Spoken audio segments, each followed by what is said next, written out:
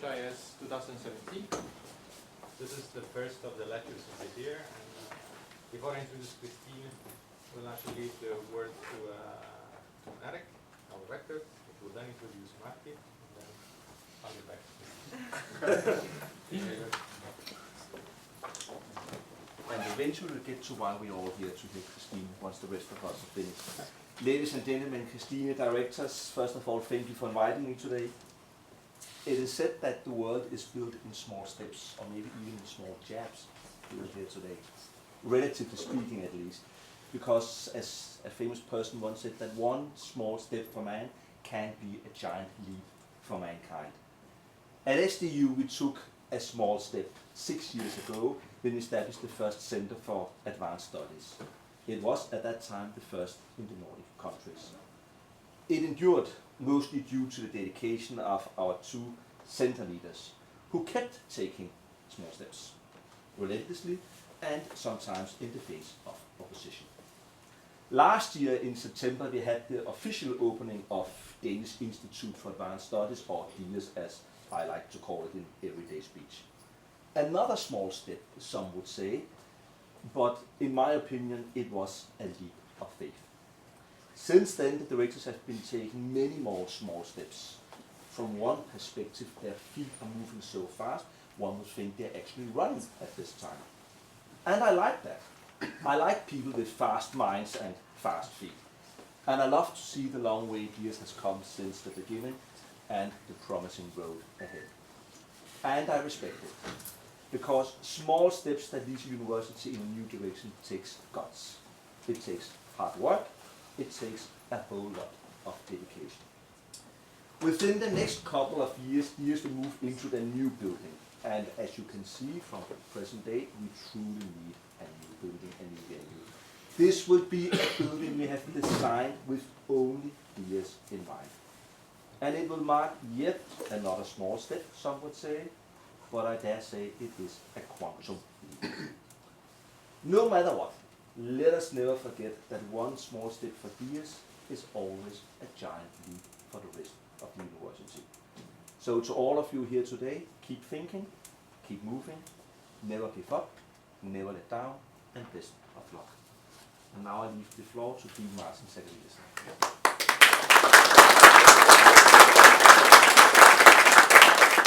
Thank you very much.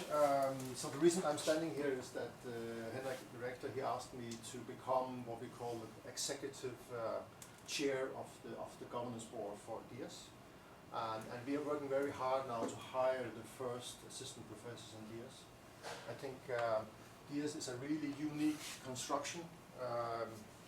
It's haven't been seen in Denmark before, of course, and not in so many countries. The logistics in making this construction and also hiring these new professors is quite immense, actually. And but we hope that we have the deadline now here on 15th of February, and we hope maybe in half a year or so, maybe a little bit of that. In the autumn sometime, we really can start D-IAS, because then we have really hired first young people that will start doing some blue sky research. And that will also be at the time when hopefully our rector again will open D-IAS for the, I don't know which time, but second, third time. So that will be really the breaking point for D-IAS, and then in a couple of years we'll have the new building, and that will also be great. So with those words, I would like Francesco to introduce our speaker. Thank you. Thanks to Eric and to Martin, and again, it's good also to sometimes say thank you to the administration that has really invested in blue sky research. Right? We often, as a researcher, we always say that we're forgotten, but that's not the case. I would say it's a remarkable feat for the university to demonstrate that investing in blue sky research is crucial, and for humanity to go forward, and for Denmark to be basically one of the leading countries worldwide. It's no secret that without blue sky research, countries don't really leap forward, right? You can see what happens on the world scene, and any step backwards from blue sky research is actually a step backwards for humanity. Right? We go back to the Middle Ages, the Greek start those kind of research again. So I think it's very, very crucial for us in general, humankind in general, but especially for Denmark to start taking lead. And I would say it starts with small steps. And this, it is really from the bottom of our researcher hearts to thank the deans and the director to actually being able to see that and to help with that. We wanted to start in 2017 with a great lecture, and we were lucky to get Christine to come here. Christine Stabell Benn was an outstanding professor. It would be more rectified. She actually is a professor at our university, at the UNS. I cannot pronounce what the Open stands for, but at the Open University of Southern Denmark, which actually is a center for that. And she's a colleague, also as a central leader of the Danish National Research Foundation for vitamin and vaccines called CVIVA. She has been on an immense number of boards and an immense number of other fundamental science for vitamin and vaccines. She's the head of the Banding Health Project at the Stratum Research Institute, and as I said, held positions in outstanding places. And as you will hear today, she's also actually a person that is a lot in the field, which is great. It's a fantastic thing. So I would like to welcome Christine. First of all, thank her to accept the invitation to open this system and to give us a presentation.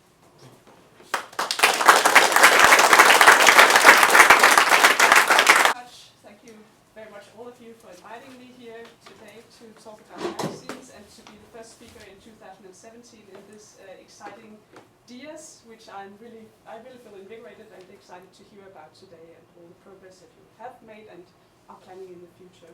So I'm really honored to be here and look forward to telling you about my research and hopefully creating some discussion. Usually I do create some discussion.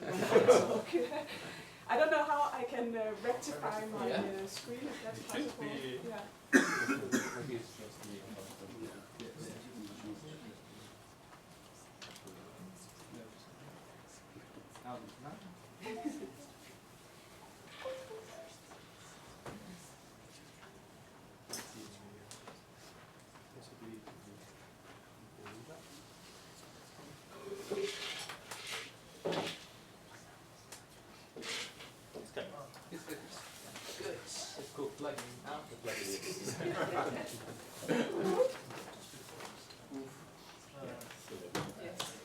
So as Francesco alluded to, I have a lot of different hats on. You're going to hear a lot about the research which takes place in one of the places that I'm affiliated with, and that's the Random Health Project in Guinea-Bissau in West Africa. I don't know, when I came here I had the expectation that you were all kind of a mixed bag of people with different backgrounds, and how many are from life sciences here? Natural sciences? Yeah? Humanities? Okay. Anyway, I prepared my talk, so I tried to cover some of the basics of vaccinology and also at the same time put emphasis on our research process and where we are up to date to present state. But just to make sure that we are all aligned from the beginning, what do I understand about when I talk about vaccines? Well, I talk about a pathogen which is administered to a human being who subsequently develops memory and resistance towards that pathogen.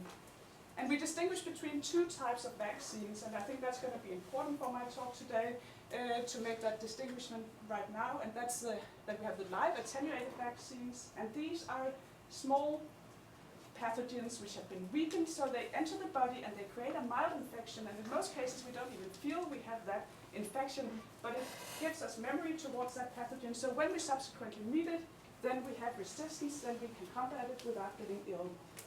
These live attenuated vaccines usually give full protection after one dose. They're very strong vaccines. They're also a little bit dangerous because there is some worry that they can convert into more pathogenic forms, and we also have the problems with people who are immunocompromised, who don't have a really good immune system, like people with HIV and AIDS, for instance. They can actually develop the disease, a fulminant disease, if they get the live vaccine. So the world is moving increasingly towards having more non-live vaccines, And these are vaccines which contain the whole pathogen or parts of the pathogen, products of the pathogen, but it's dead. So it can't really create any infection in the human body. That means that the immune system is actually quite inert to this pathogen when it's injected, because it's not really dangerous, truly dangerous. So often we have to give these vaccines with adjuvants. And that's something which can tickle the immune system so that it recognizes the foreign body and responds to it, develops memory. And even with an adjuvant, it's often necessary to give several doses of these vaccines to develop full protection. So there are some quite fundamental differences in the specific protection induced between live and non-live vaccines. Almost everybody has been vaccinated many times. Is anybody here who hasn't been vaccinated? Nobody. Everybody has been vaccinated. All of us, even in the low-income countries, have routine child vaccination programs. And here's an example from Guinea-Bissau, where I work, where they give BCG against tuberculosis at birth and oral polio vaccine, followed by 3 doses of the non-live DTP vaccine, diphtheria, tetanus, pertussis vaccine, often in the company with hepatitis B and haemophilus influenza vaccine, and oral polio vaccine at 6, 10, and 14 weeks of age, or sometime during infancy. Then comes measles vaccine at 9 months of age. In our part of the world, we only give it at 15 months of age, because that's a big vaccine you want to give so late that you don't have interference from the maternal antibodies, the maternal protection. But in the low-income countries, it's decided to give it as early as possible, because there are circulating measles and children could be susceptible. In our part of the world, we also increasingly give vaccines to older age groups, to females in puberty against cervical cancer, and to elderly. And travel vaccines are also part of most people's lives. There are vaccine skeptics out there, and we just talked about it, that in the US, Kennedy has been appointed head of a group which looks sort of into vaccines from a critical perspective. In the US, there is a really huge anti-vaccine group, and I want to say upfront that I'm not, I don't sympathize with them or the way of talking about vaccines, and that would be clear. But I mean, you could get the suspicion that I was somehow linked to them during my talk, but I definitely don't sympathize with this kind of... To be clear, you do not support Trump. Exactly, let's get it clear from the Make sure that there's no Trump. Go suck a lemon. That's, anyway, I think most people have an understanding that vaccines are really great, and I would like to give you an example from Bill and Melinda Gates Foundation, which have been absolutely instrumental in rolling out vaccines in the low-income countries, and they definitely want to convey a very positive message of vaccines in their video. And as we just discovered, there's really no sound here, apart from my small computer, but you can maybe just enjoy the pictures here.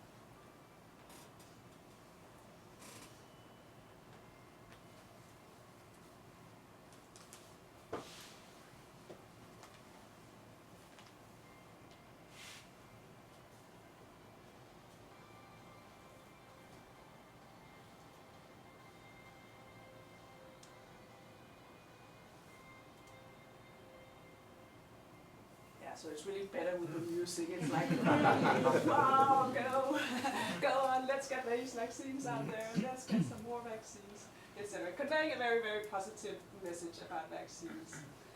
And as I said, I think that's the dominating perception, that here, if we try to outline the current paradigm for vaccines, it is that they create this specific immunity against a target infection, and that's perceived as good, that is good, and therefore vaccines are always good. And I think the video also outlines really what is important now, and that is to do some implementation research on how do we get the vaccines out there to all children. It's to do some laboratory research to develop the vaccines we don't have. The way these vaccines are tested is inherent in this paradigm, and that is that you only need to test vaccines for their effect on the target infection. It's assumed that you can just calculate their effect on overall mortality if you know the effect on the target infection. So if you have a measles vaccine and you give it to all children and it's 90% efficacious and measles causes 10% of all death, then you assume that you can reduce mortality, overall mortality, by 9% by immunizing all children. So I really want to emphasize right from the beginning that most of the vaccines, almost all the vaccines used currently today, were implemented based on these assumptions on their effect on overall mortality. They were never tested for their effect on overall mortality. They were tested for their effect on the specific disease, and if that was good, it was assumed that it would always be overall beneficial to give the vaccines. And that's quite fundamental for what I will be talking about today. Because I believe, our group believes, that now it's time for a paradigm shift. We aim to end this current, what we've coined the specific solution paradigm, and we want to instead have a new paradigm, a systemic effect paradigm, where we believe, and we try to document, and I'll try to convince you today, that in addition to their very good specific effects, vaccines also have non-specific effects on the immune system. These non-specific effects may be equally important, or even more important than the specific effects. They may be beneficial, but the very controversial part is that they may also, at times, be harmful. So, according to the current paradigm, this little boy here gets the vaccine in his shoulder against measles, and he's being immunized against measles and nothing else. And this little girl is being immunized against diphtheria, tetanus, and pertussis, and nothing else. What I propose is that the boy is getting immunized against measles, but he is at the same time getting an immune system training lesson, which will enhance his ability to combat other infections, other unrelated infections. The girl is getting immunized against DTP, and she's getting a training lesson which will reduce her ability to combat other infections. So she'll be protected against diphtheria, tetanus, and pertussis, but she'll be more susceptible to other infections in the future. To try to explain why I propose this new paradigm, I have to take you on a journey, and it's a journey to Guinea-Bissau in West Africa, and it's also a journey in time because I want to go back to where it all started and tell you about the research process which has been going on for almost 40 years and which leads us to propose this new paradigm today. The Bandit Health Project is situated in Guinea-Bissau. It's a small country in West Africa. Most people haven't heard of it, only 1.6 million inhabitants, the size of Jutland. We have established a health and demographic surveillance system site there. That's a system site where we cover 100,000 people in the urban study area in 6 suburbs in the capital, Bissau. And we cover 100,000 people in 182 village clusters scattered in rural Guinea-Bissau. This creates a platform for testing the real-life effect of health interventions. The core in our system is the home visits. So in the urban study area, our assistants will go from house to house. Every month they will go and ask about new pregnancies and deliveries. And every 3 months they will go and visit all children in the study area, ask how they are, ask if they've been ill since we were there last time, if they've been vaccinated, if they've been to hospital, if they are still breastfeeding. And of course their vital status if they are still alive. In the rural areas we drive out to the villages and we ask the same questions. Focus is on mothers, pregnant women, their deliveries, and on children up to 5 years of age. We link with the health centers in the study area and with the hospitals, and that means that we can capture all the health information on the day that it happens actually, when the children are vaccinated, when they go into hospital, and when they die at the hospital. This Bandem Health Project was established in 1978 by Peter Abbey, who's a Danish anthropologist, and he came there to study malnutrition. At that time, every second child died in Guinea-Bissau before reaching 5 years of age, and everybody thought that this had to be due to malnutrition, because that was the way that one understood the world at that time. But Peter examined a lot of children, established what ended up becoming the Bandem Health Project, and quickly discovered that there wasn't that much malnutrition around. But he stumbled over something else, because as a service to the community in December 1979, they gave measles vaccine to all children in the study area. That was all children who were at home at that time.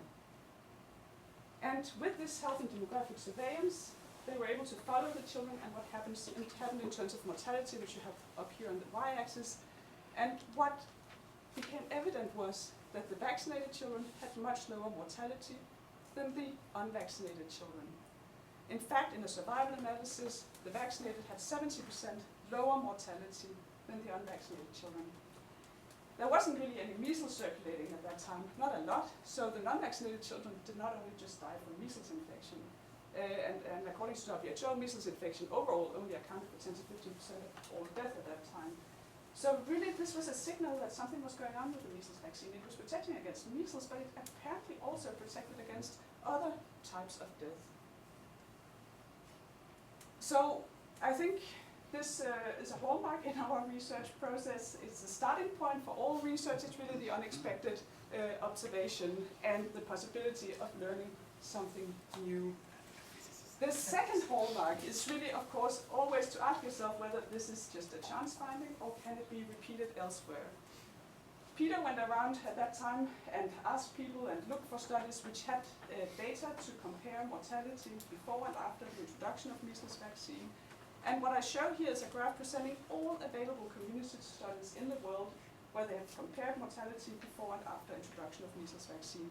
And you'll see that uniformly across these studies, mortality decreases by at least 50% after the introduction of measles vaccine.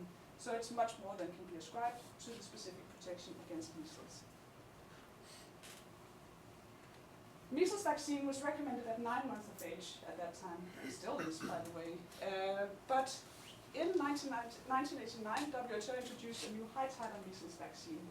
And the special thing about that was that it could be given early in the presence of maternal antibodies and it could still create protection. So everybody thought this was a good idea, and WHO simply introduced the vaccine from the thought that, this would be good to be able to immunize earlier.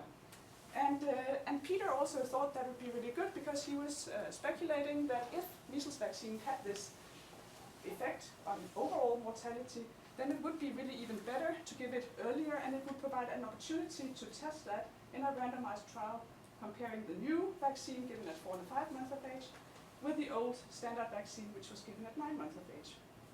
So he did a randomized controlled trial and he compared mortality for children who got either the control group here, measles vaccine, normal measles vaccine at 9 months of age, or the ESET, the high titer measles vaccine at 4.5 months of age.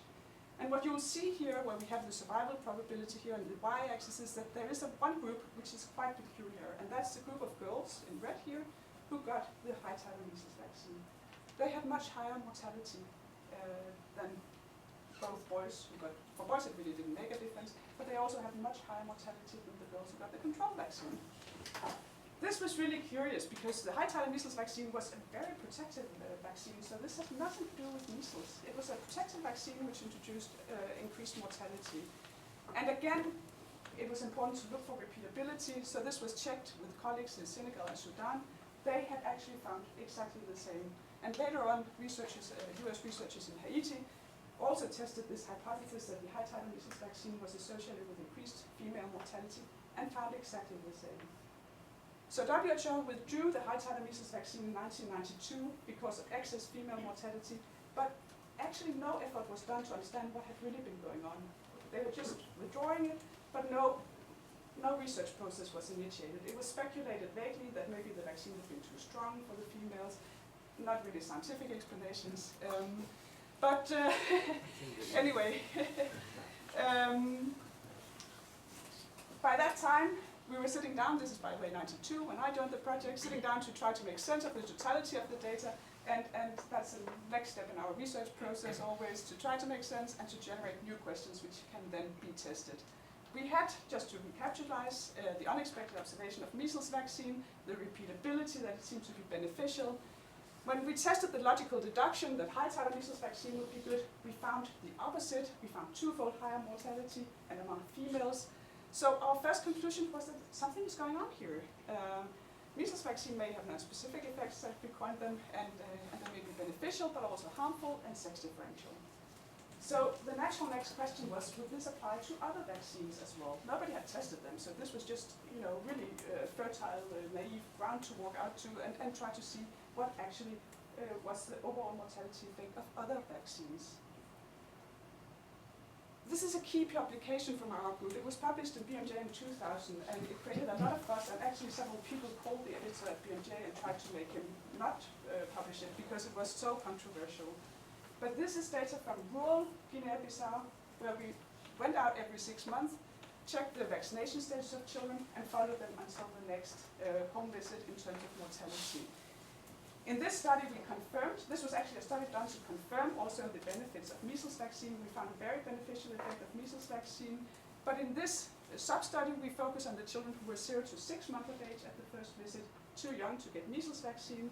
But some of them had received BCG vaccine, some had received BCG and DTP vaccine, and some hadn't been vaccinated yet at the time of our visit. And what you will see here is that between the 2 visits, mortality was highest in the children who hadn't been vaccinated at all, and it was much lower in the children who had received BCG vaccine. So BCG was associated with a 45% reduction in all-cause mortality. This cannot be explained by protection of the target disease, because that's tuberculosis and it takes years to develop, so it's not really a relevant cause of death in these young children. So it could hint to the fact that BCG, like measles vaccine, could have beneficial non-specific effect. But it could also be speculated, of course, that the children who went and got BCG vaccinated, they were somehow stronger up front and they had better survival abilities. It could be confounding, it could be what we call a healthy vaccine effect. So therefore it was really surprising that when we looked at the group that received both BCG and DTP and presumably were even more healthy, their mother had brought them 2 times to vaccination and they had done both types of vaccines, then they had almost the same mortality as the group that hadn't been vaccinated. And in our survival analysis, this yielded an 84% significant increase in mortality, and that was strongest for the females. Sorry, can I ask a Yeah, question? sure. I mean, there seemed to be a correlation with the time, right? I mean, so you actually checked for 6 months at an interval of what? Every 15 days? No, this is information which is captured at the next visit, so this will be on recall, on the mother's recall of the time of the And death. what happened, I mean, I'm sure what happened if you go beyond the 6 months horizon? I mean, because it could be that, you know, the BGC plus DTP gets better if you wait longer. Yeah, it doesn't. It doesn't. Okay, It only starts changing when they get measles vaccine. So it's a point that I'll come back to. Okay. It's the most recent vaccine which seems to, so you can abrogate Okay. this with measles vaccine, but not before. At least we believe that the negative effects of DTP are seen for at least 6 months. Yeah, good question. Anyway, with regard to BCG, we had some good opportunities for doing proper randomized studies to get rid of the potential healthy vaccine effect, because we have a policy in Guinea-Bissau and many other low-income countries that children with a low birth weight below 2.5 kilos, they don't get BCG at birth, they only get it around 6 weeks of age together with the first pentavalent vaccines. So that gave us an ethical possibility to do randomized studies where we randomize children to BCG or to be in the control group and just follow the normal policy, or to get BCG when they're discharged from the maternity ward. So in that way we could compare from 0 to 6 weeks of age in a relatively unbiased fashion BCG recipients and non-BCG recipients. And we've done a total of 3 trials, consecutive trials in Guinea-Bissau. They had slightly different study populations and slightly different primary outcomes, but the results were actually quite uniform. If we look at the period up to 28 days after birth, the neonatal period, then we see in all 3 trials that the group that received BCG early had much lower mortality than the group that received BCG later. The 3 trials consecutively done had lower and lower mortality, and the relative effect of BCG became lower and lower, which is not actually surprising because there is a part of the death which we probably can't reach with BCG vaccination related to delivery accidents, asphyxia, malformations, etc. When we do a combined analysis in the neonatal period, the study together yield a very significant 38% reduction in all-cause mortality up to 28 days after birth if you receive BCG early on. The effect was apparent already after 3 days, and it also was sustained up to 1 year of age, but a little bit lower at that time. The two first studies here have been published. The third one with the meta-analysis is on its way. We believe that this is very strong evidence that the policy of not giving BCG to low birth weight children at birth should be abandoned, and it should really be a policy to get BCG out to the children in Africa as quickly as possible. With regard to DTP, we are a little bit more in trouble because it's recommended at 6, 10, and 14 weeks of age, and it's not considered, we cannot give it earlier, and it's considered ethically problematic to postpone vaccination in some children. So we haven't been able to do proper randomized trial with early versus delayed DTP to actually investigate its effect on mortality. So there we rely on observational study designs, but there are actually quite good observational study designs around, and one here is a kind of natural experiment. It's from the introduction of DTP, which our teams did in the rural areas of Guinea-Bissau in 84 to 87. At that time, we gave it as a service to the community, so there was no effort done to evaluate the effect on mortality because all that came in later on. So it was only in the beginning of the 2000s that we digged out the data and said to ourselves what actually happened when we had introduced DTP in the belief that we were doing something good. And what turned out to be the case was that the group that had received DTP by our teams had almost twofold higher mortality than the group that hadn't received DTP by our teams. If anything, the bias would favor the vaccinated because the unvaccinated children were those who were traveling or sick, and then there were days without vaccines, so just really, it was a matter of randomness whether you were vaccinated or not. Please note that this is the only study available in the global literature on what happened when DTP was introduced in low-income countries. So it's actually possible. There's no data to suggest that this is not what's the actual outcome. This is the only piece of evidence we have of the effect on overall mortality of introducing this vaccine. So can I ask Yeah. you, as a potential patient, but when people introduce these things, DTP, I mean, what kind of studies they've done before they do it? They just looked at the antibody response and saw that you could create in the human In body. vitro. Also in vivo, you can take out blood and you can measure that you have resistance in the blood against the diseases, and you definitely also see a drop in the disease rate. So the children who get 3 doses of tetanus, they don't get tetanus. So there's no study kind of on the demographic of it? No, and if you look at the demographics, you will, for instance, see, I'll come back to that, yeah. Anyway, here are all the studies that we have been able to do and find anywhere in the global literature, and which were done ourselves, on the effect of DTP versus no DTP on mortality. And I'll just explain these plots because there's going to be a few of them. Here we have one, and it's comparing DTP vaccinated versus no DTP vaccinated. So if the ratio is 1, that means mortality is equal in the two groups. If it's less than 1, it favors DTP. If it's above 1, it favors no DTP. And you'll see that all 8 studies here are on the right-hand side of 1. They all indicate that there's higher mortality in the DTP vaccinated than the non-DTP vaccinated. Here you have the study I showed before, the introduction of DTP in the rural areas of Guinea-Bissau. But all the studies yield similar conclusions, and in a meta-analysis of all the 8 studies, a very significant twofold higher mortality in the risk of dying, twofold higher mortality in the children who received DTP versus those who did not receive DTP. And as I hinted, this is strongest in females. So here are the same 8 studies, but just for females, 2.56 times higher mortality, highly, highly significant. If girls have higher mortality when they receive DTP, then one would expect that the female-male mortality would be higher when DTP was the most recently received vaccine. And that is what we show here. Here we have all studies, there are many more of them, because here we don't need a control group, we just have the children who are DTP vaccinated, and we look at boys and girls and whether they have the same mortality. One indicates that boys and girls have the same mortality. Above 1, that females have higher mortality than boys, and you'll see that almost consistently girls have higher mortality than boys in the DTP window. And now I thought a lot of you would think, oh, but that's because they treat girls worse than boys in Africa. But they actually don't, and in pre-vaccination era, there was no difference in mortality between boys and girls. They breastfeed them equally, they go to schools at the same level. This is a South Asian problem, it's not an African problem. But anyhow, I thought just to convince you that this is not the case, I would bring here the similar plot when measles vaccine is the most recent vaccine. And here you will see consistently that girls have lower mortality than males.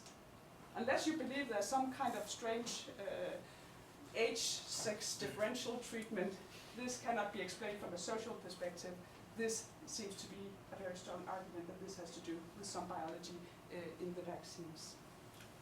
Sorry, is it in the vaccine or is it in the immune system of Yeah, of the that's a good question. We'll take that into the discussion because, yeah, but it's, yeah, let's come back to that. So can I ask yeah, a question? sure. I see that there are some bars, those are arrows in my image. Thank you very much. Statistical or? Yeah, thank you very much for mentioning that. I'll come back to that a little bit later, but I'll just say briefly here that these are the 95% confidence intervals. But I'll address But they're exactly statistical that. errors coming from the number of cases that are. Yeah, so it basically says that if you have an estimate like this, and you can also see from the actual numbers here, the 95% confidence interval does not cross 1, so it basically says that your study is not compatible with the idea that there's no difference in mortality. Whereas a study like this one absolutely includes the possibility that there is the same mortality in the two groups. So this is a 3 sigma. Huh? Those are up to 3 sigma. Up 3 to- sigma, I mean 95%. I mean it's not. Yeah, well, yeah, 3 sigma. Yeah, I'll come back to exactly that. But I say in energy physics, when we make a discovery, it must be a 5 sigma, which is 99.9999. Anyway, we'll come back to exactly the point about statistically significant findings. I just promise you 5 minutes we are there. But for now, I'll just say that just to recapitalize again, we're on a journey in time here, and now we've reached 2003. And done a lot of studies now, not only on measles vaccine, but also on BCG and DTP vaccine. And the status by that time was that we had found these live attenuated vaccines, measles vaccine and BCG, were associated with reductions in mortality. But the live high-titer measles vaccine seemed to have some problems, and also the non-live DTP vaccine. Both of these vaccines had been associated with increased female mortality. So the question which popped up was, could it be that because the high-titer measles vaccine was given early and children generally are delayed in their vaccination program, some children had gotten DTP after the high-titer measles vaccine, and that was the real culprit. That was the real cause of the increased female mortality. Having the measles vaccine that early meant that many more children would end up having DTP as their most recent vaccine. So with that a priori hypothesis, we went back to the old high-titer measles vaccine data, every one of them we could get hold on, and we confirmed exactly that. If we look at the studies where there was no DTP given after high-titer measles vaccine, mortality was similar in boys and girls in all the studies. All the excess female mortality came from the studies where children had received DTP after high-titer measles vaccine. So the conclusion for this study is really that high-titer measles vaccine might have been withdrawn for the wrong reasons. It could have been that it was actually the real problem was that the high-titer measles vaccine altered the sequence of vaccinations. So, in the mid-2000s, we were where we thought things started to make a lot of sense. We had the measles vaccine and BCG, and potentially both the measles and the high-titer measles vaccine had beneficial effects. At least we didn't have to combat this problem anymore with the high-titer measles vaccine, which was live and still associated with increased female mortality, because that seemed to be limited to the non-live vaccines. We have also come to emphasize much more that the effects are seen as monitor vaccines, the most recent vaccine. So DTP after measles vaccine, as I explained, is harmful for females. And we had actually also shown the opposite. Measles vaccine after DTP would abrogate the negative effects of DTP. And now, a decade later, we're actually much further, and that was what I also just talked about before my talk started here, that we have also shown now for smallpox vaccine and for all polio vaccine, both these live attenuated vaccines are associated with similar beneficial non-specific effects as measles vaccine and BCG vaccine. And we have definitely also expanded on the non-live vaccine and added pentavalent vaccine, hepatitis B vaccine, inactivated polio, and H1N1 influenza vaccine to vaccines where we have uniformly and consistently seen excess female mortality compared with male mortality. Sorry. Yeah. Maybe this is out of context, but still, what about the background facts of the population? Suppose you had a cohort, a population that has been received this vaccine, and then you have you, rather than where you start, so to say, on a population where a lot of the population have not received the vaccine. So is there some kind of endogenous effect there? I think you Where did suppose you- all the grown-ups have received the vaccine versus a population where none have received it. I don't think there's any population where you can make that complete. Or fewer, I imagine fewer had in Guinea-Bissau.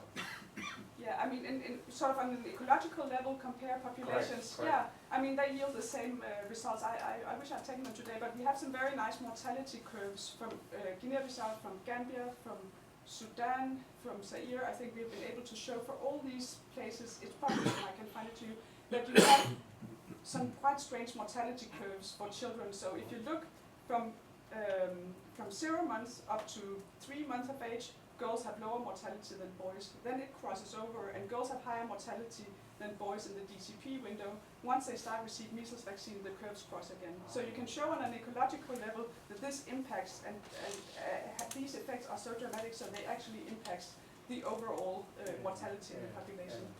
And it's independent of background. Yes, it's all-cause mortality. It's just in the context. Yeah. This excess mortality, is that only observed in the African countries or is it in Europe as well? Do you know anything?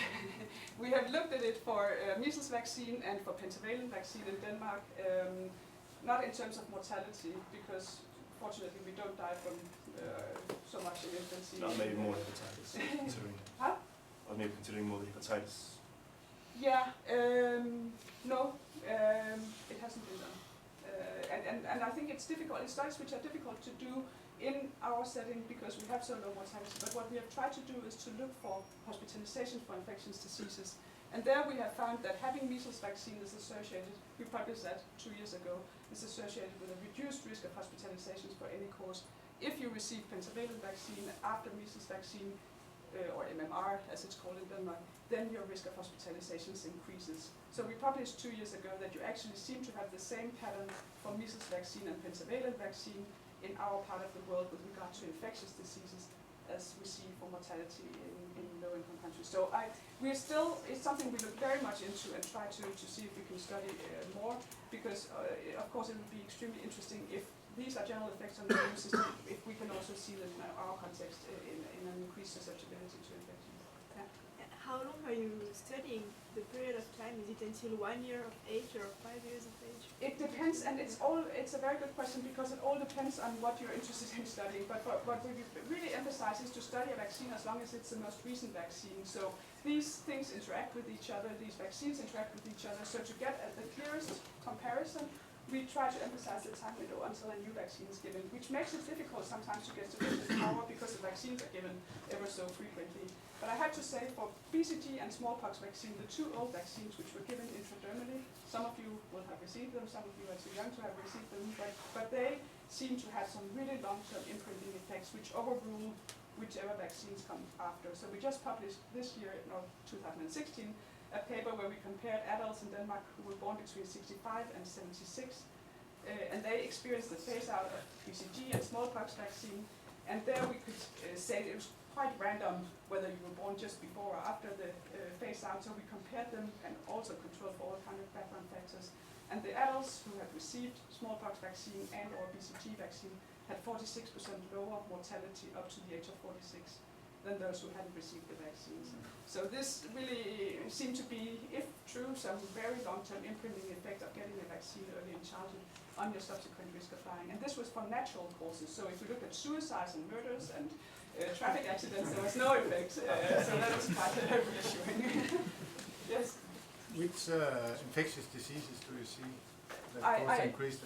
In the Danish setting, No, in the that's a question I get asked a lot of times, and the problem is we rely on verbal autopsies. If we go in with Danish standard care and so on, we would ruin the reality we are studying. So we rely on observing what happens in the Guinean context, and that means we are left not with advanced diagnostics and blood measurements and so you don't even know if it's an infectious disease?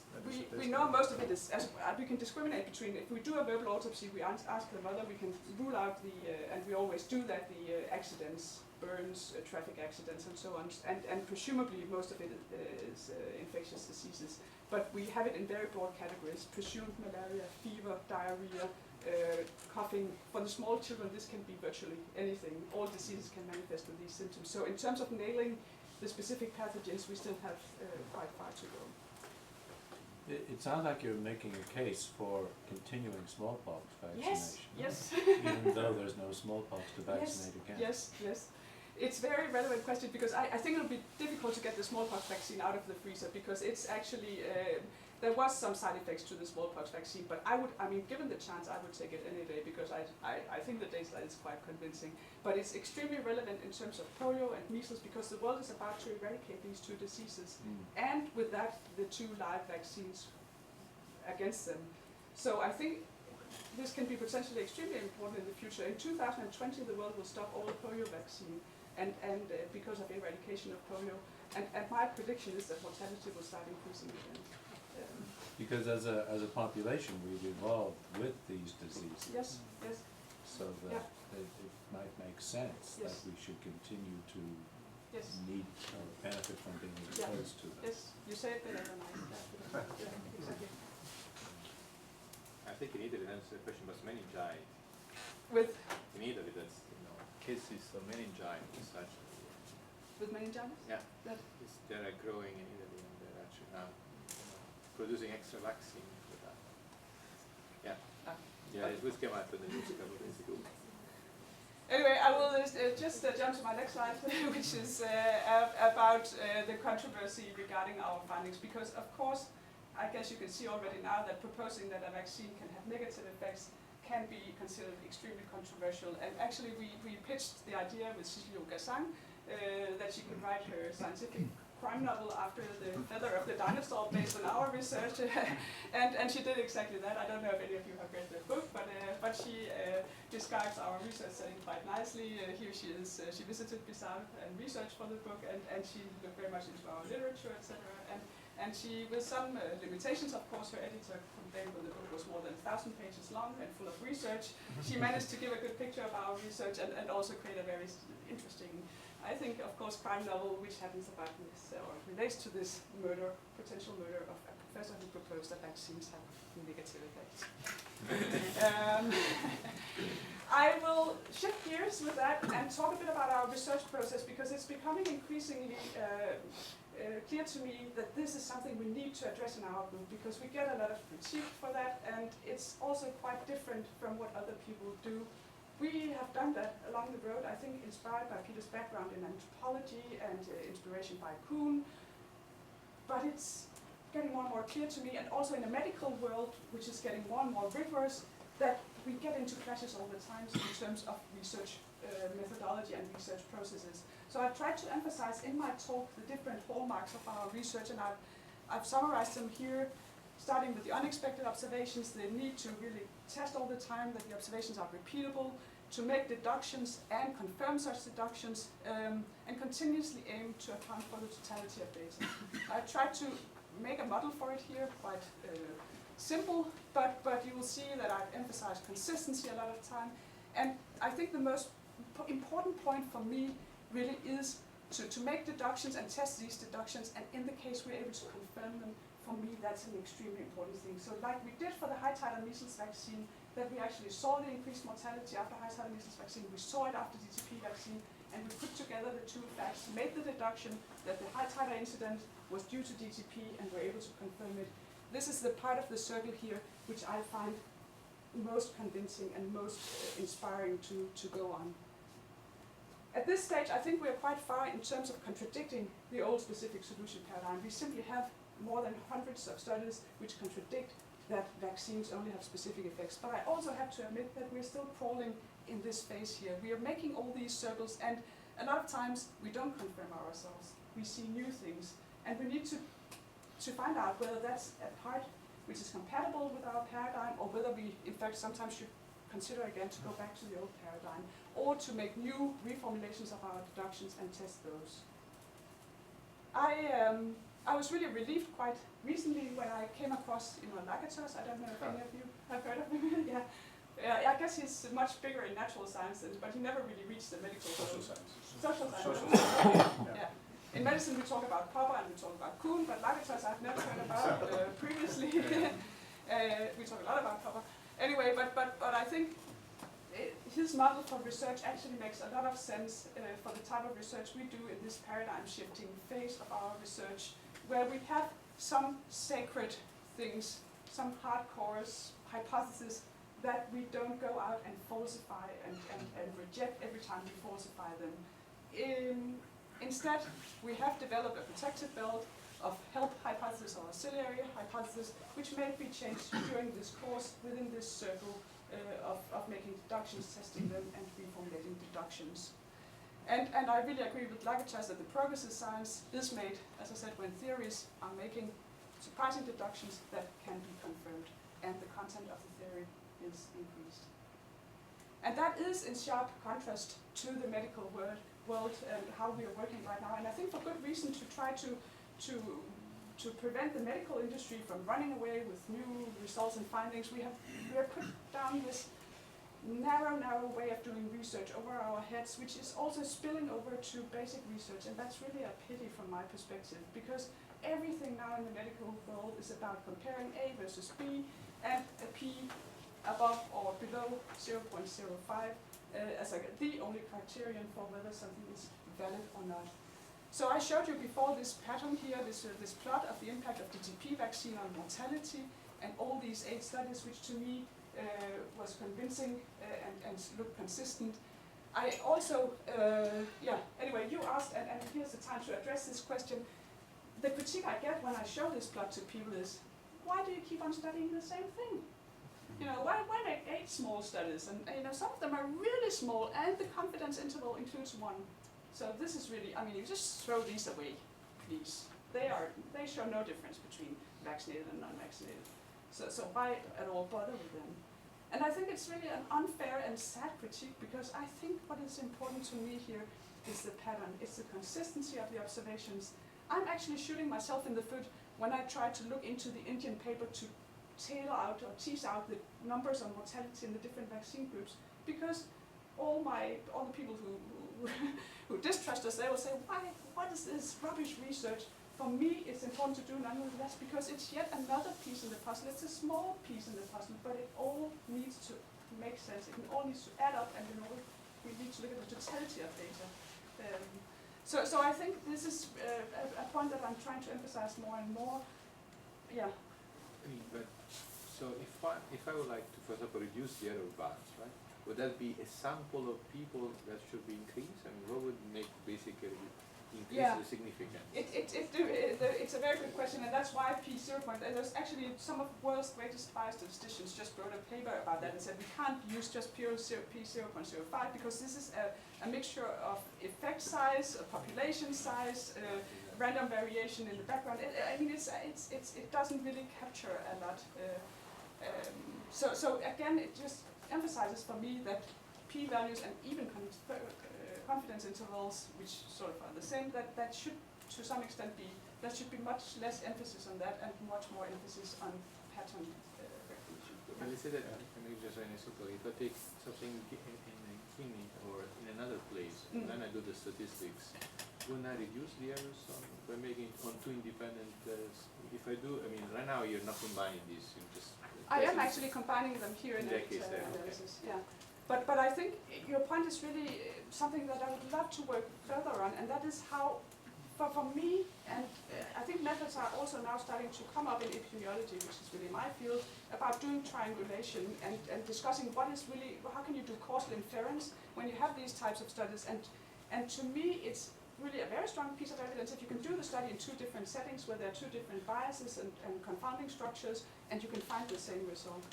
But of course you can also in that road be contradicted, but where we are right now, we don't reject our hypothesis, but we ask ourselves what are the differences between the 2 settings and how can we reconcile the differences with a meaningful auxiliary hypothesis that we then move on to test. Yeah. I'm wondering about, I mean, on patterns also regarding, you have a sequence effect or ordering effect. I could imagine you would also have interaction among these vaccines mapped onto the non-specific effects. Yeah. and that seems to be quite complicated. It is very complicated. And do you have anything on that? Here you have isolated 2 Yeah. vaccines, and you can trace it out. Mm. Suppose you had the whole envelope Yeah, of vaccines yeah, and the ordering of those. yes. So Have you begun to look into that? we look very much. Interactions is really the key word for us right Yeah. now. It's because it's clear when you start thinking about the immune system, not only as a copy machine, you bring in a pathogen and the body starts making copies of that to prevent itself the next time. If you start thinking of the immune system more like a brain, the way that you learn something and you transfer it to other unrelated situations, then the system, of course, is influenced by what's going on at the time when you receive the vaccine, in terms of other infections and in terms of other vaccines, and it's influenced by the subsequent vaccine. So we look so much into it. So it's also going to be a feature here, a combination and sequence of vaccine. It's difficult to study, it's all age dependent, and we have these factors about not being able to do randomized trials of everything, but it's definitely something I think is a fruitful, very fruitful area. I have several questions. Yeah. So just one comment on the p-values, like if you go into information theories, you might get around part of these issues, and so that is basically the other sort of newer statistics that might help you in your arguments. Yeah. I have a few questions related to understanding more the mechanisms behind it, or if you have started to think about that. I'll come back to that. Okay. Maybe I also suggest we also be interrupting a lot. I enjoy it, but I know time is running. I think it's great. I mean, so maybe that you just. Yeah, some of the questions I might address during and then we'll come back to all the talk. questions back afterwards. So I'm the co-truth too. I'll be happy to discuss for the rest of the night, really. So just we'll take the questions afterwards if there are any left. I'll go back a little bit to our research process and to more recent results, because there really seemed to be a reason to re-invoke this idea about giving early measles vaccine after we found out that the problem was DTP after measles vaccine. So we designed a randomized trial where we preconditioned that all children should have received all the DTP vaccines before they entered the trial, and then we randomized them to measles vaccine or no measles vaccine at 4 months of age, and we gave them all the recommended measles vaccine at 9 months of age. And here we were able to confirm that the early measles vaccine was associated with reduced mortality. So comparing mortality up to 3 years of age, there was 30% lower mortality in the early measles vaccine group, which received 2 doses of measles vaccine, versus the group that received just 1 measles vaccine. One thing which came out of that study was another unexpected observation. As I told you, measles vaccine is normally given later to avoid interference with maternal antibodies, which are seen as something bad. It can reduce the response to measles vaccine. But actually, when we looked at mortality among the children who had maternal measles antibodies or no maternal measles antibodies when they got their measles vaccine, we saw, it's a small study, but still statistically significant if you are interested in that kind of things, that vaccination in the presence of maternal antibodies was associated with 71% lower mortality than vaccination in the presence of no maternal antibodies. So completely contradicting the idea that you should wait and give your vaccine when you're rid of your maternal antibodies, it seemed to suggest that it was good to be vaccinated when you had some priming from your mother.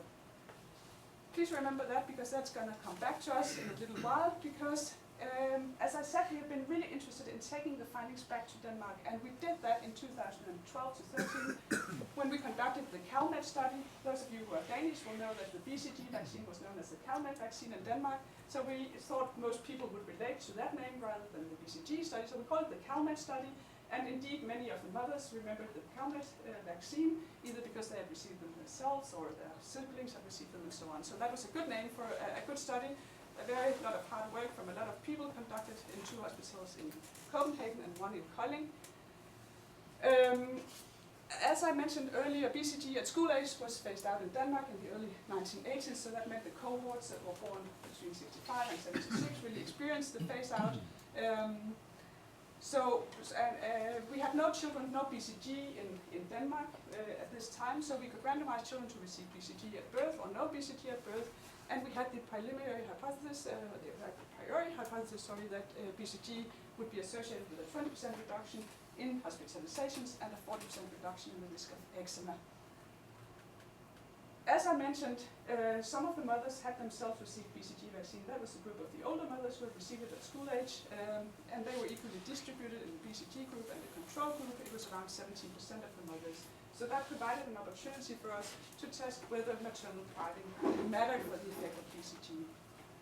First, overall, no effect of BCG. So really disappointing. We had a 20% reduction in the effect of hospitalization, and we saw nothing.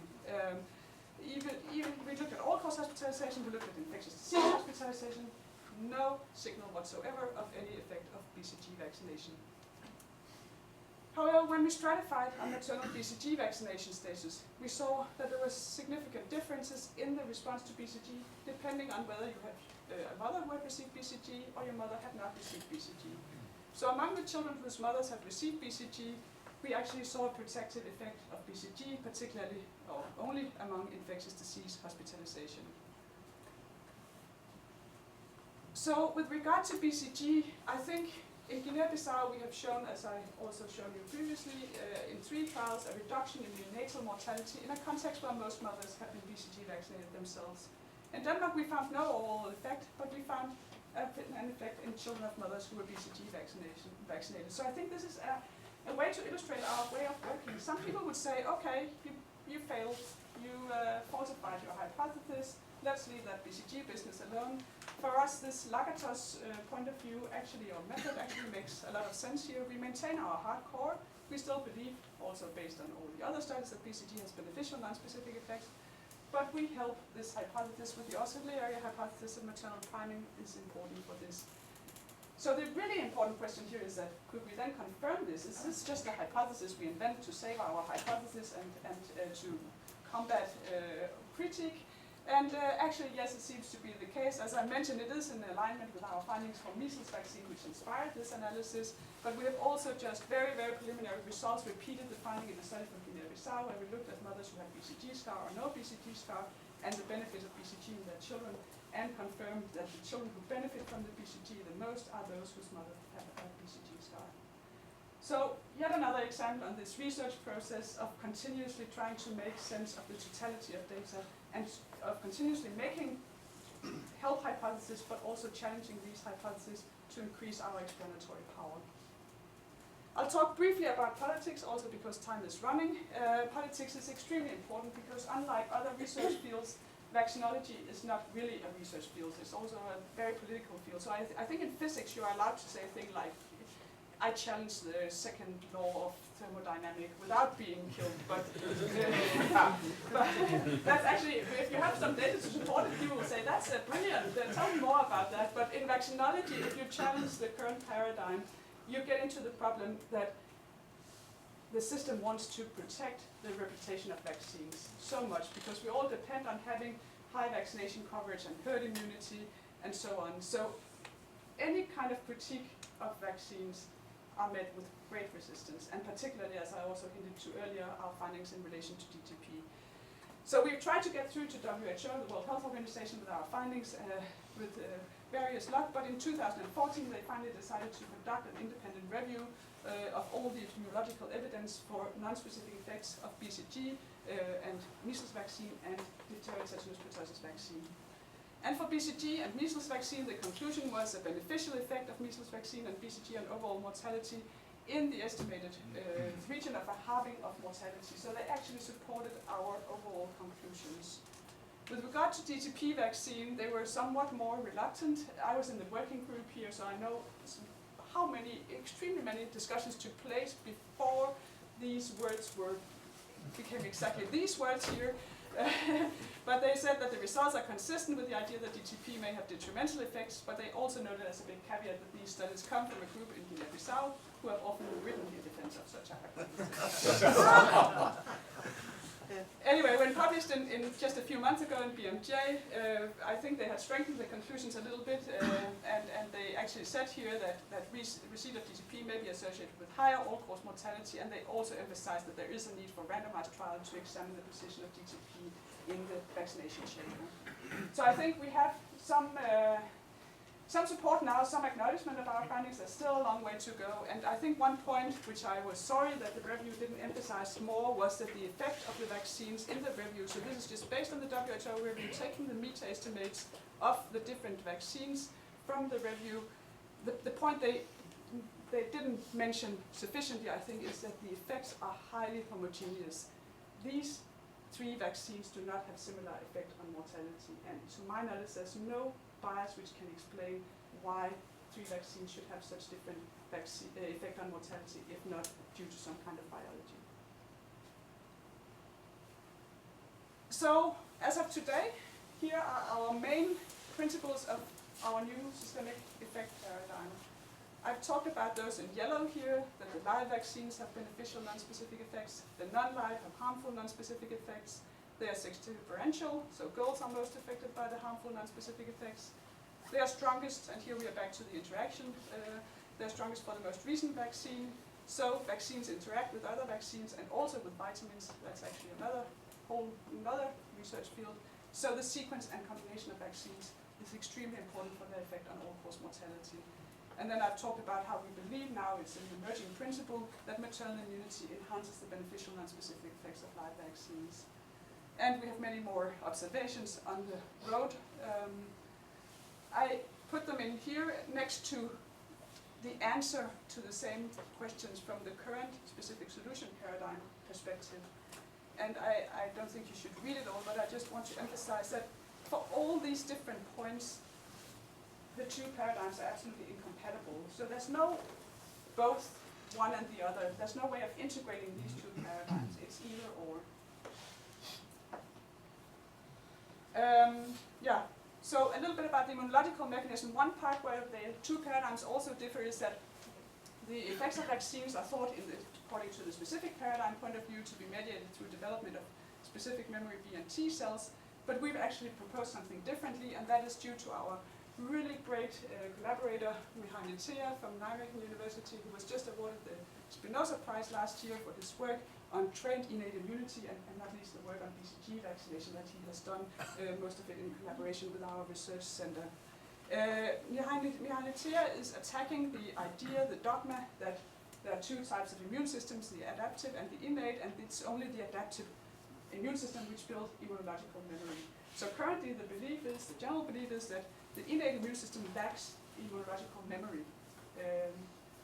But actually that doesn't seem like a very plausible paradigm or dogma, because it's only 5% of all living species which have an adaptive immune system. Actually 95% of all living species, plants and insects and so on, they do very well with an innate immune system. And actually that system can learn. They know that if you look at plant people and insect people, but it has never really been transferred into the human world before Christine Stabell started looking at that and showed in some really groundbreaking pieces of work that if you have a primary infection, you get an innate immune response, we know that, but it also leaves a priming on the immune system, on the innate immune system.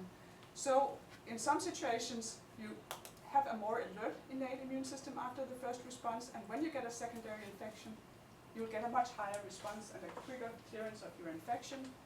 But in other situations, you will get a depression of the activity in your innate immune system, and you will develop a kind of tolerance, which means that when you have your secondary infection, you won't even make this little blood. You will actually not respond at all. So they have shown that the innate immune system has a memory. It can be trained and it can be beneficial, but it can also be harmful. And what we have done together is to look at all the vaccines from that perspective, and we've started looking at live vaccines and non-live vaccines, and we have seen very consistently that the live vaccines, BCG, smallpox vaccine, and yellow fever vaccine, induce trained innate immunity.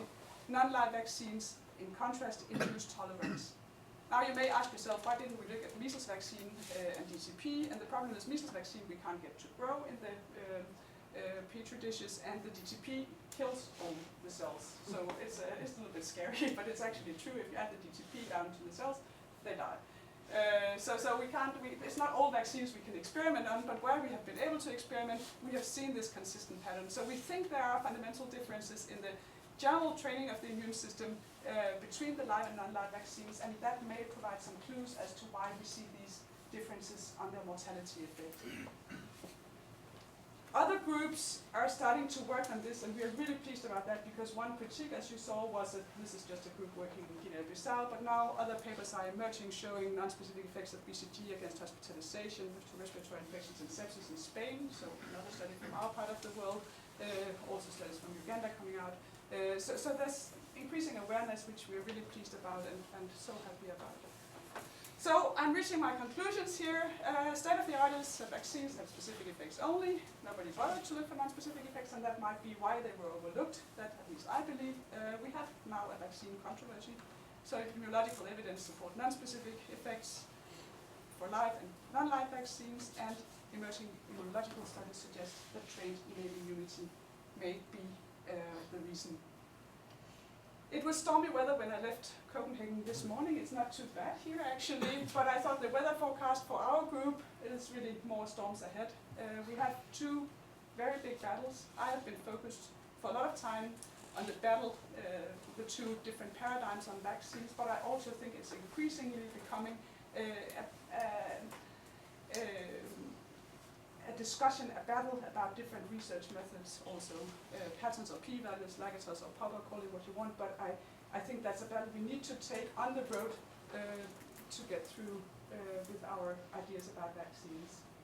We might get some unexpected help from the outside, and I'll just show, this is almost my last slide here, that something unexpected happened in 2015 because GSK, a big pharmaceutical company, and Gates Foundation have worked for a long time on a malaria vaccine. It was published in Lancet 2015 that this vaccine had been tested in various African and Asian countries, and it had a clinical efficacy against clinical malaria of 18 to 36%. So it wasn't that much, to be honest. It was a little disappointing with a vaccine which protects 18 to 36%, depending on age group, but it was something, and there was quite some optimism about that, and very rapidly, this was in April, in July 2015, the European Medicines Agency approved the vaccine for use in younger children in Africa. So the expectation was that this would rapidly lead to a WHO approval and a launching of the vaccine in Africa without further ado. But our group, of course, couldn't resist looking into the mortality data in the paper, in the Lancet paper. They only presented overall mortality sort of in a few lines in the results section. They didn't put much emphasis on it, but when you read the paper, there was no protection against mortality. There was in fact 24% higher overall mortality in the vaccinated group. This was borderline significant, and coming back to significance, the authors wrote, a few lines about it, so it's a little, there wasn't the expected beneficial effect on mortality, but they didn't see any danger signal. Sounds very theoretical. Anyway, we asked in a letter in the Lancet in response to the first paper, we said, could you please provide the mortality data by sex, because we could be worried and concerned that this covers a higher mortality in the females. This is a non-live vaccines, and we've seen this pattern with negative effects of non-live vaccines in females. The results came with 6 months delay, and I'll actually tell you the story, though I wasn't there, because I wish I'd been there, because it was at the WHO, and I was in Korea, I couldn't be there, but some of my colleagues were there, and they were about to decide whether this malaria vaccine should be rolled out in the whole of Africa, and all the Africans were there, and they were saying, here was the vaccine, we want it implemented now.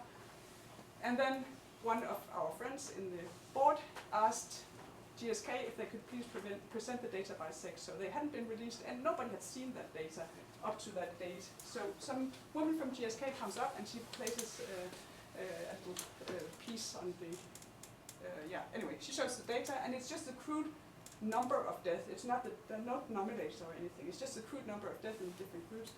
And an angel just walks through the room, because it becomes quite clear that all the mortality is among females who received the vaccine. And later on, the data was released on GSK's website, and we were able to publish a paper here where we did all the calculations, and we can show that the malaria vaccine is associated with a small benefit on mortality in boys, but it's associated with highly significant twofold higher mortality in females. So it's the fifth in the row of 5 non-live vaccines that we've found, which is associated with increased mortality in females, and I think I can't find any ways to explain it other than there is a problem with these vaccines to females. WHO decided to postpone the launch of malaria vaccine, to the great disappointment of many, but they decided they will test the findings in large trial, and they are now making the preparations to include more than 1 million children during the next years in these trials. I have a big problem with that, and I think there's a problem in going and telling an African mother that she should participate in this trial and she should let her little female enter this trial. But paradoxically, though I fear that this could be a catastrophe, I also think that it might be the thing that's needed to actually break the glass ceiling and create real debate about non-specific effects of vaccines if in reality this turns out to be the catastrophe that we predict it will be. So, yeah, our 2017 will be extremely exciting since this is now the New Year, first New Year presentation here in 2017. I thought I would just take the opportunity to wish you all a very happy, exciting, fruitful and prosperous 2017. And with that, I would like to thank all my collaborators in the Research Center at the Gun Health Project in Open here at SDU, where I'm very happy to be affiliated, and of course also our funding sources. And then I would like to thank all of you for your attention.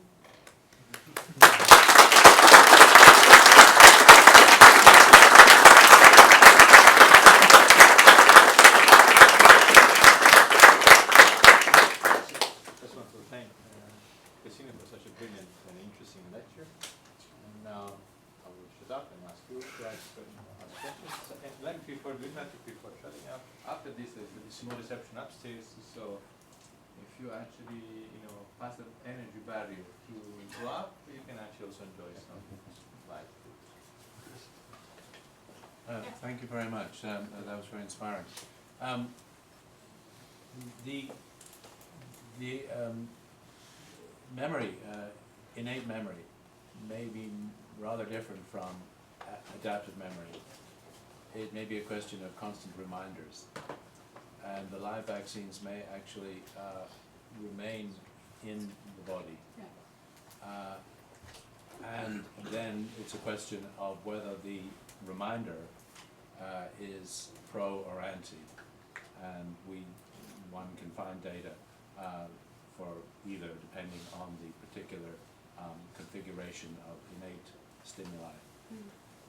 I'm just making that point. We can talk more about it later. The other question, the other point, which is my only question actually, is whether the non-live vaccines, whether it's the vaccine or the adjuvant that's important. Yeah, it's a good question, and we believe for a long time that that it could be related to alum, because all these vaccines are given with alum, and it's well known that alum drives a strong Th2 response. That's why we make a lot of antibodies when we get the alum, and it seems to be a common feature of the non-live vaccines. But for instance, the new malaria vaccine is not alum activated, and the inactivated polio vaccine is just deactivated. It doesn't come with an adjuvant, so it might contribute, but it's not a defining factor. During the Coming back to the mechanisms and hoping that you might enlighten me a little bit more. So you talked a little bit about the the timing effect that 10 to 14 days would indicate basically an adaptive response, and then for the BCG you show basically after about 3 months you get basically the most beneficial. No, 3 days.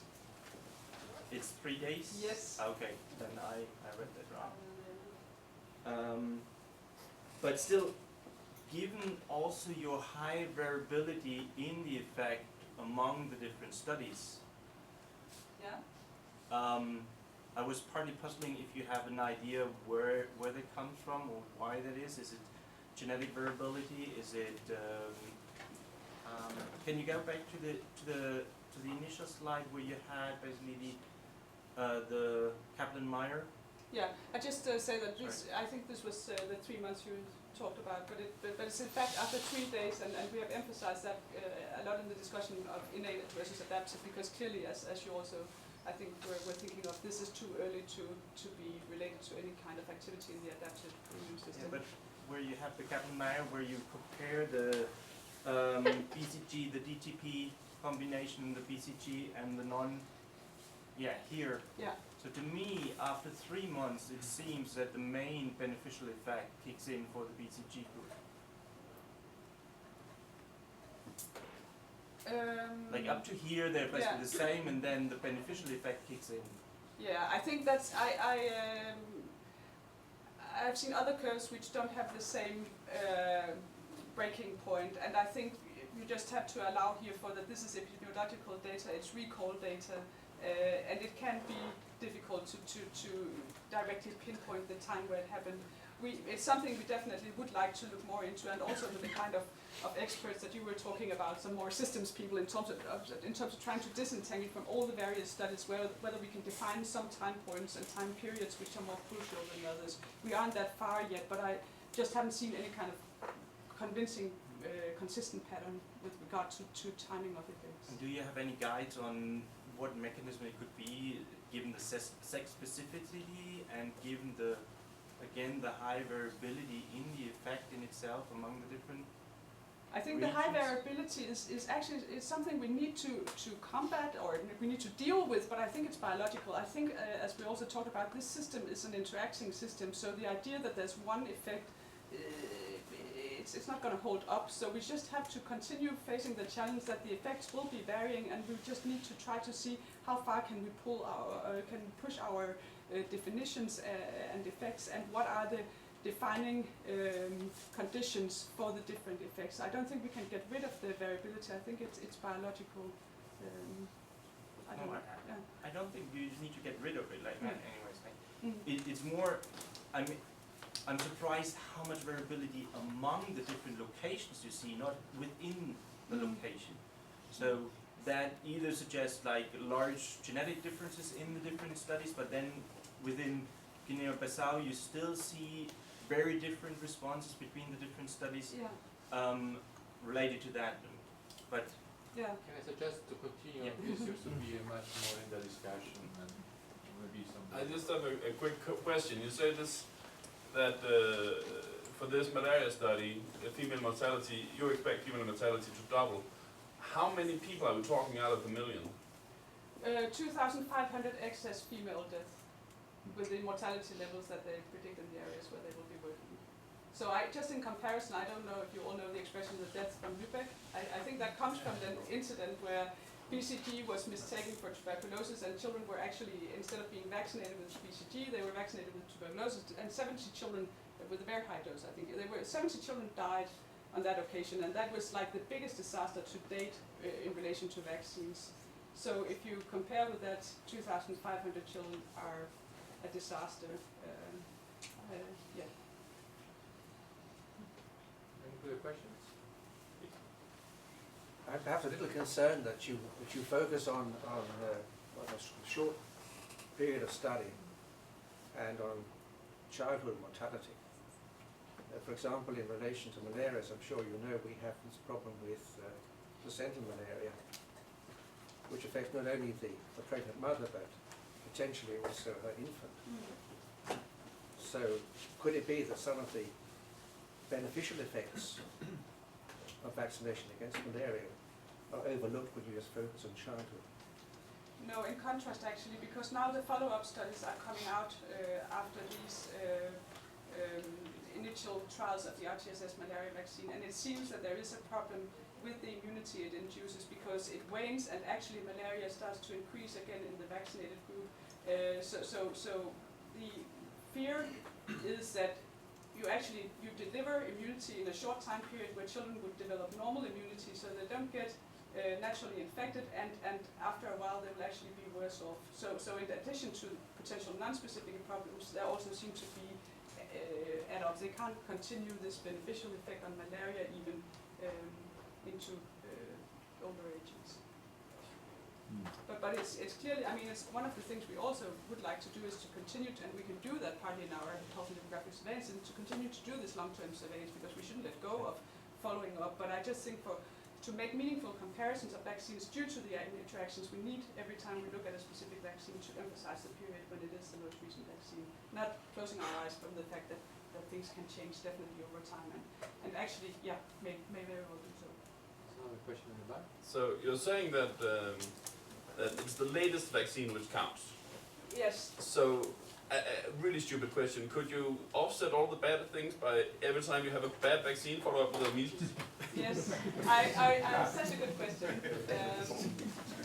You would think I had asked him to ask exactly that question, because of course I have a little slide on that, and this is actually one I didn't have time to present it, but I thought somebody would ask, because this is some calculations which were made by an Australian pediatrician, and now I lost it again. No, yeah.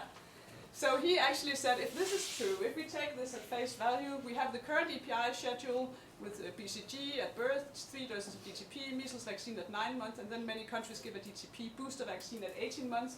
So in such a schedule, you will have DTP as the most recent vaccine for 50 of the first 60 months of life. So he just made an imaginary improved schedule and said, we emphasize in this schedule B to give BCG at birth, and then we give a measles vaccine shortly after the third DTP, and we give a measles vaccine shortly after the booster DTP. And then he calculated that if our figures are really to be taken at face value, then such a schedule would reduce neonatal mortality by 30% from 3.2 million deaths to 2.2 million deaths per year, and mortality from 1 month to 5 years of age by 30%, corresponding to 1.5 million deaths per year. So a total of 2.5 million deaths per year. So that's some quite dramatic figures if you believe in this. I can't say that we have proven it. I just think we have sufficient indication to actually make it worthwhile to try to do proper randomized trials to see. I mean, this should be feasible to do a randomized trial comparing two such schedules with the 10 birds on the roof of really catching such a big. Using Pascal's point of view, if it doesn't, I mean, at worst, nothing happens. Yeah.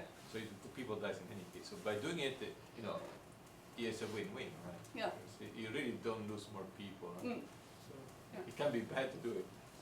But there's one more question there.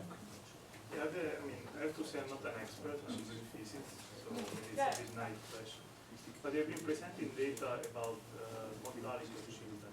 I was imagining that in Europe, as we have vaccines and more data, also there's collected in hospitals about infections in kids.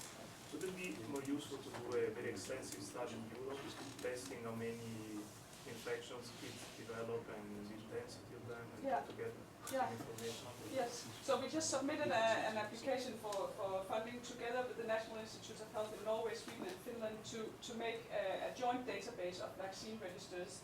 The problem is Denmark is really far ahead here, because most other countries don't have that kind of vaccine registers.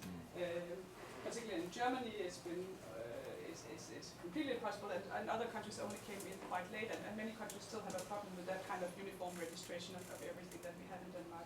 But they're gradually coming, and I think that's a very fruitful research area, because actually it's surprising that even within Scandinavia we have quite different vaccination schedules for our children.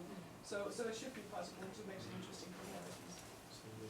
I would allow for one, maybe another more question, and you can ask more questions later. Following up on the idea that we have an innate reminder going on, or an innate disreminder, depending on the stimulus, and that vaccination is a surrogate for infection. There could be a problem here historically, but would an epidemic wreck the effect of vaccinations by skewing it suddenly for an entire population one way or another? I'm actually being influenced in my thinking by some of Luke O'Neill's ideas about imprinting. For instance, the Black Death has imprinted on our population. Yeah, I think that's very reasonable, and I think that's. I'm often asked, if vaccines do this, wouldn't infections also just do the same thing to the immune system? And I basically think they do to a large extent. At least some infections will have that kind of imprinting effect also. For vaccinations, the beauty is that it's actually it's a testable way of giving an infection. And it's widespread and it's quite strong. Yeah. So that's why I said epidemic. Yeah. Something that actually sweeps the population. Yeah, I think that's absolutely a reasonable assumption that it could do that. But I think that might be a small difference with the vaccines that make them particularly good at doing this kind of priming, and that is that we are interfering with nature's normal way of getting the infections. So we are actually, and especially I said for BCG and smallpox, those we give intradermally, we scratch them into the skin, and they seem to have these very long-term beneficial effects. So maybe the circumventing the body's normal entry points does add some kind of additional imprinting value to the vaccines, but it's all speculated. But I definitely agree with your point that probably if we could picture all the infections that you have had during your life course, they would all have altered. We are all individuals, and we are all a part of our, we are all a product of our infection history, and it has defined us. I'm sure of that. So, since there have been quite a lot of questions, and Christina was reviewing and actually helped me, so as you see that, let me thank again Christina. Let's thank again Christina.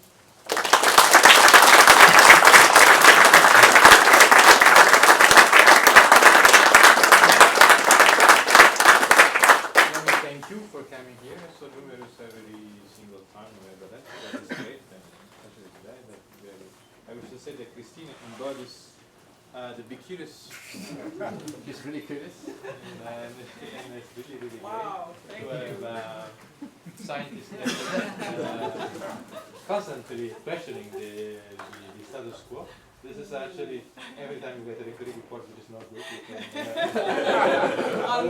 we all, I think we want to say that one thing, it's nice to always think that the rest is different from your field. It's the same everything. I can tell you, across fields you get the same. So every time you question the status quo, you actually... You can come and have one. I'll have one. But again, thanks again. Thank you. You all invited upstairs for some light drinks. And, thank you.